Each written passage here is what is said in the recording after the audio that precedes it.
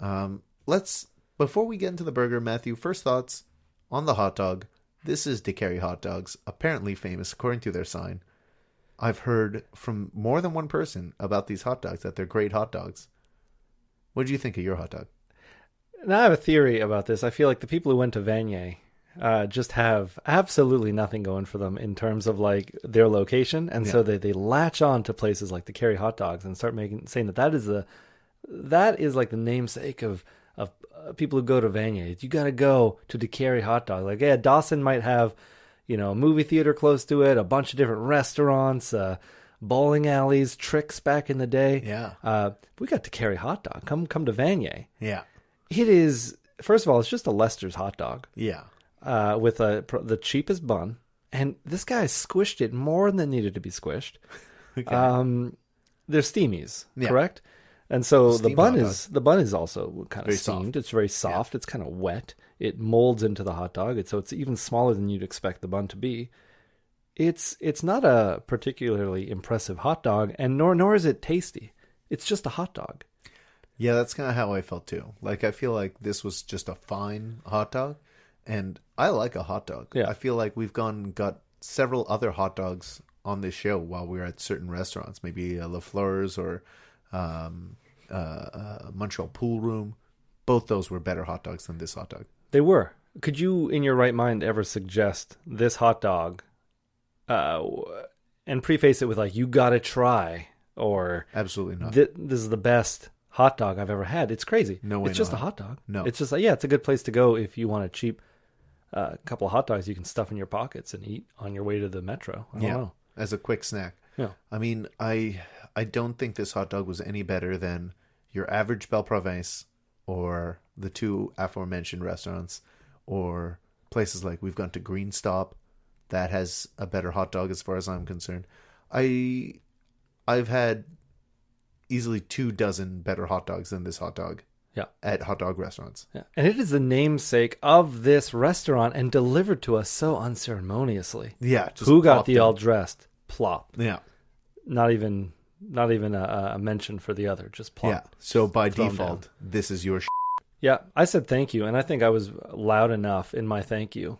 He didn't even acknowledge it. Sometimes I say thank you like, thank you. Just mutter a thank you or keep it or say very quietly. You do. But this time, and he didn't even acknowledge. No, Nothing. He didn't care. Not a nod, not a smile, not a tear forming in his eye. Nothing. And I don't know. I just felt like if your place is called Decarie Hot Dogs and you deliver two gentlemen with hot dogs, you need to present that almost on a silver platter or a plate. Yeah. Just a regular plate. Yeah. Next up was our poutines. Matthew, what do you think of your poutine?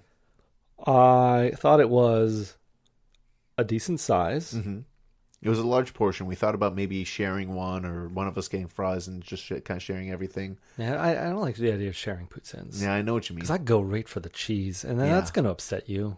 Well, we could have maybe just gotten one and asked for a plate and just divvied it up right off the bat. I saw they had plates because we did get our burger on a plate, but it felt like they wouldn't want to do the extra dishes. It felt like that might upset him. I guess, but it also feels like washing poutine off a plate is going to take literally seconds. I feel like anything would be the last straw. It'd be the straw that broke the camel's back. Okay. We might see this guy go berserk. The two of them, because there was the guy taking the orders, handling the money, and then there was the cook, and they just felt like the greatest little team. Because the guy, the shorter, older male, was very charismatic, very talkative, and then the bigger guy, it was exactly like you'd think. It's like Mice and Men. Yeah, there was like the big, intimidating, quiet guy. Yeah, not soft spoken, but man of few words. Yeah, and then the mouth, the face. He does all the talking. He does all the charming. The big guy does the cooking. Yeah, it did make a nice team. I suppose. I would have liked it if they were both friendly, but yeah, that would have been a nice team. That would have been better. But I don't know what his day was like. But what were we talking about? The poutine. Not impressed by the poutine. I found like the gravy was off. Like the gravy was awful. Okay, good. I really didn't enjoy this poutine. I was trying to figure out the whole time. I was like, did they just use the wrong gravy? Because it doesn't taste like poutine gravy. I felt like the fries were disappointing. Yeah, like some of them were just really burnt little nubbins. Mm-hmm. The cheese was fine. It wasn't as fresh or squeaky as I'd like, but no real complaints. Neither on the fresh cheese. nor squeaky, and a little cold, I think, in places. Yeah, that's fine though. I think because the gravy usually warms it up, and the fries warm it up. It was too hot to eat at the very start. I had to let it sit for a little bit. Yeah. But the gravy was garbage. Yeah. It was terrible gravy. Which is there's only 3 elements to poutine. You need to get at least 2 right. Yeah. Get one At right. least. And the cheese is easy. You just The buy cheese that. is easy. You just buy fresh cheese. Yeah. But yeah, the gravy was so wrong. It was off. It was kind of like coagulating. Yeah, it just right it off the looked like bat. there were like too many spices in it that didn't add flavor. It just looked like there were spices in it. It had a weird color. It had a weird kind of burnt taste to it, but maybe that was the fries a little bit. Yeah. It didn't have a little extra sweetness or a savoriness of like a nice beef gravy. It was just kind of weird tasting. Yeah. And then, after the hot dog, I didn't expect much, but I figured I'm going to get at least a decent poutine because the fries at these places are generally really good. Yeah. So the poutine, you already got the cheese is a given. If you got good fries, which this place should, all you got to do is focus on the gravy, and they did not. Or maybe they did too much. I don't know. It's just, I don't know. Maybe it was good and they added a few too many things and it went back to like not good. Yeah. I don't want to say it was like, I did say it was awful earlier, but it was just, It wasn't the worst it poutine I've wasn't ever the had. worst, but the gravy I just, think A&W makes a worse poutine, really? I don't know if I've had it there. but The gravy just kind of made the whole thing worse. yeah. Like, I never do this, but I started adding ketchup into my poutine just a little bit, just to give it a little something to try and save it. Yeah. Okay, before we continue tearing this place a new one, I didn't know that's what we were going to do. me either. I thought maybe I would, actually. I mean, I didn't know. Before we get into the burgers themselves, Matthew, you were talking about it's the Christmas season. How did you pronounce Hanukkah before? Because I felt like we just skipped over that, but I'm very confused by Shavucha? Is that the authentic way to pronounce? Because I used to I'm think sure. you were Jewish. I'm still not convinced you aren't. Yeah, I've gotten this from a number of people. Other people I know and work with have told me when they first met me, they thought I was Jewish. I have dark curly hair. I have kind of a big nose. That's people often think I'm Jewish. But maybe it's because I've been told I talk kind of like a New Yorker, kind of. Okay. So maybe that all ties in together. I don't know. Yeah, I don't know. I don't know what it is. When I was younger, I believed that you were Jewish. 100%. 100% Jewish? Yeah, but then I saw that little golden pepper hanging off you. The golden Jesus cross hanging around my neck. Yeah, and it was like, it's not a Star of David. Maybe he's confused. Maybe I should... I assumed you knew.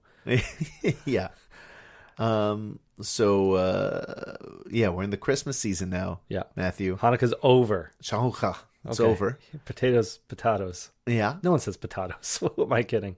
People do say tomato. Yeah, but... Britishers. Sure. But have you ever heard anyone say potato? No. I can't feel say like if I- you- Maybe Yeah. Britishers do say potato. Maybe. I'll have a potato. But We'll get maybe one on the not show. because I the don't- Irish say potato. Yeah. So I don't know. You said maybe that's how it should be. You say potato. You say potato. The other one says You say potato. I say potato. Potato, potato, potato, That's just potato. like- Let's call the whole thing off. yes, please. You were talking to me while we were sitting there eating our food about, I guess you heard on the news. Where did you hear this? The place I hear all my news from. Just a character at work who, just when I walk Small in, talk. yes, when I walk in, he'll be always standing at the front and he'll just start pointing his finger at me, wagging it, being like, "Did you hear?" And then it's usually a disaster. Okay. Usually some natural disaster, Tornado, hurricane. or an unnatural disaster. Is that what you call shootings? Unnatural disasters?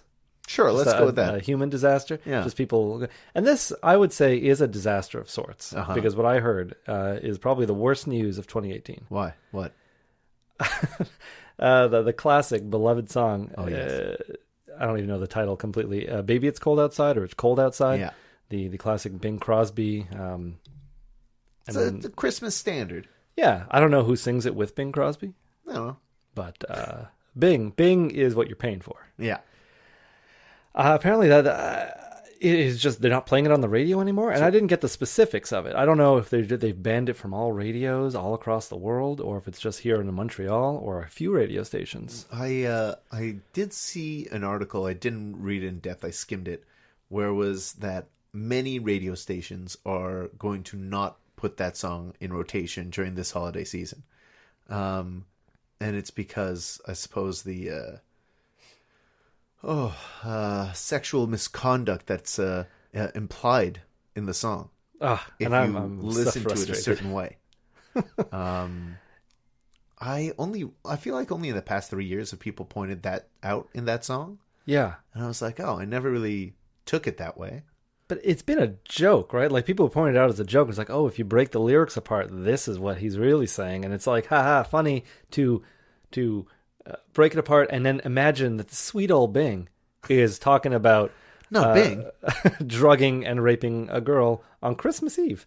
Is it Christmas Eve? No, it's Well, just cold outside. It's It's called just winter. Maybe just yeah. I don't think they ever specifically say it is near Christmas. Yeah, no. But Bing's not up for that. I don't think Bing was ever accused I doubt of Bing any of had this any nefarious sexual intentions. misconduct, any of this stuff. Yeah. He wasn't Bill Cosby. He wasn't Harvey Weinstein. He was just sweet old Bill. Sweet old Bing. Not Bill Cosby, Bing Crosby. Well, when you think of Christmas and you think of sweaters, Bill still holds a special place in my heart. So, okay, we listened to the song just to refresh our memories a little bit. Yeah. And Matthew, there were a couple lines that I think we were like, oh, that's kind of where it turns. Yeah, like in a courtroom, people would probably bring those up as evidence, but there Like, are easy oh, explanations. What's in this drink? Yeah. He's, now let me get a little bit closer. There's don't go hurt my pride. He says something along those lines. So I do think that the very worst thing that Bing could have said in this was, why would you go, what's the sense in hurting my pride? Yes, that's it. But that I think that's worse than the woman saying, what's in this drink? Because I don't think she's implying, it's like, what, did you roofie this drink? Like, what nefarious drugs did you put in the drink? I think it's just like, this drink is pretty strong. Yeah. Because we were This is a drinking cocktail. alcohol, because we What were is adults. in this cocktail? What's in it?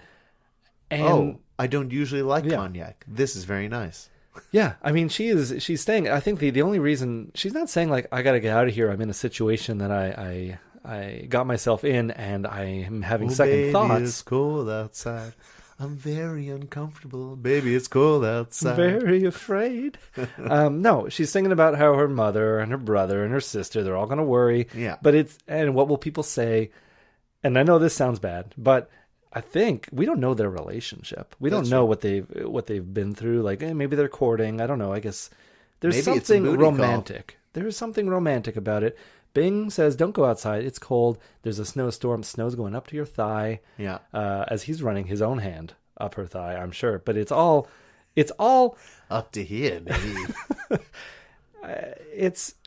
I just don't think that it's evil in any way. I think that she's even, it was a simpler time, right? Mm-hmm. Back then, as the woman, I feel like in 2018, that's not a good excuse anymore. It's a simpler time. Rape No, was a little more common. Well, I'm not talking about that. I'm talking about, and maybe not simpler time, but it was a time when women were more afraid of how they were going to be judged. It's like, oh, they're going to know I slept at a man's place and I'm not married. This is going to reflect poorly on me and my own family. And so the mother's there. It's like, where have you been? been? From Crosby's perspective, it's just like, oh, boo doo boo boo. Just don't worry about what they think, baby. Yeah. Stay here and put out for old Bingy.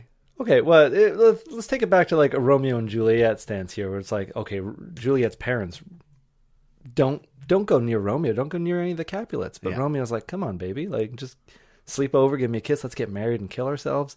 It's nothing nefarious there. Well, let's that get sounds married and kill ourselves. But like you could say that Romeo's pressuring Juliet into all this, but what he's trying to do is just get her to be her own woman. Like stop worrying about what your parents are going to think. Stop worrying about what everyone's going to say. Do you love me? You're here for a reason. Mm-hmm. I just say that we don't know the whole story. We know a snippet of their lives together. And this is not something that needs to be taken off the radio. There are so many worse things on the radio. Now I'll say, yes, there's so many worse things on the radio. That's easy. I will make two final arguments on this. All right. I think it's She and Him Zoe Deschanel's little side project where she makes music, they put out a gender swapped version of this song, whereas the woman trying to convince